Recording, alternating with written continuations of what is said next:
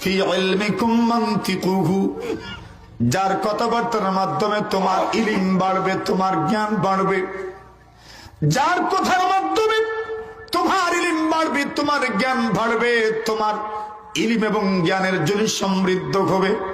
আল্লাহ রাসূল বলেন, এমন মানুষই হচ্ছেন তোমার জন্য উত্তম সঙ্গী, এমন মানুষ হচ্ছেন আপনার জন্য উত্তম সাথী, যার কথা শুনলে আপনার ইলম বাড়ে, আপনার জ্ঞান বাড়ে।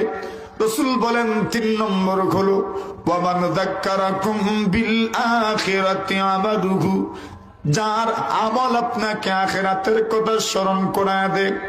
যদি তুমি এমন কোন মানুষের পাশে বসতে পারো, এমন কোন মানুষের সাথে চলতে পারো, এমন মানুষকে সঙ্গী বানাতে পারো, যে মানুষটাকে দেখলে আল্লাহর কথা স্মরণ হয়, যার কথাবার্তা আপনার ইলম বৃদ্ধির কারণ হয়, যার আমল আপনাকে আখিরাতের কথা স্মরণ করায় দেয়।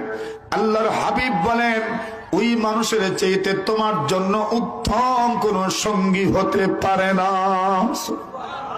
এই মানুষ হচ্ছে আপনার জন্য সর্বোত্তম সঙ্গী, সবচেয়ে ভালো সাথী হচ্ছেন ইনি আপনার জন্য, যাকে দেখলে আল্লাহর কথা স্মরণ হয়, যার কথাবার্তার কারণে আপনার ইলম বাড়ে, এবং যার আমল দেখলে আপনার আখিরাতের কথা স্মরণ হয়।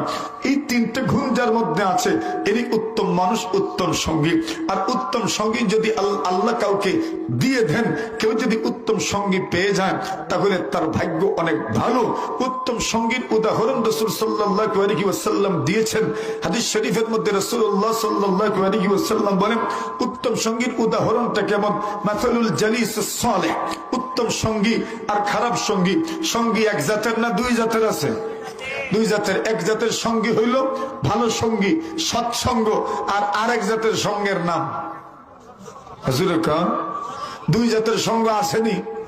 আমাদের গ্রাম দেশে একটা প্রবাদ আছে, যদি মানুষ ভালো মানুষের সাথে থাকে, ভালো মানুষের সাথে থাকলে খায় বাটার ভান, ঠিক নেই? আর কমিন খম জাতের সাথে থাকলে খাটা যায় তার দুই। এই জাতের হবাত আপনাদের দেশে আসেনি?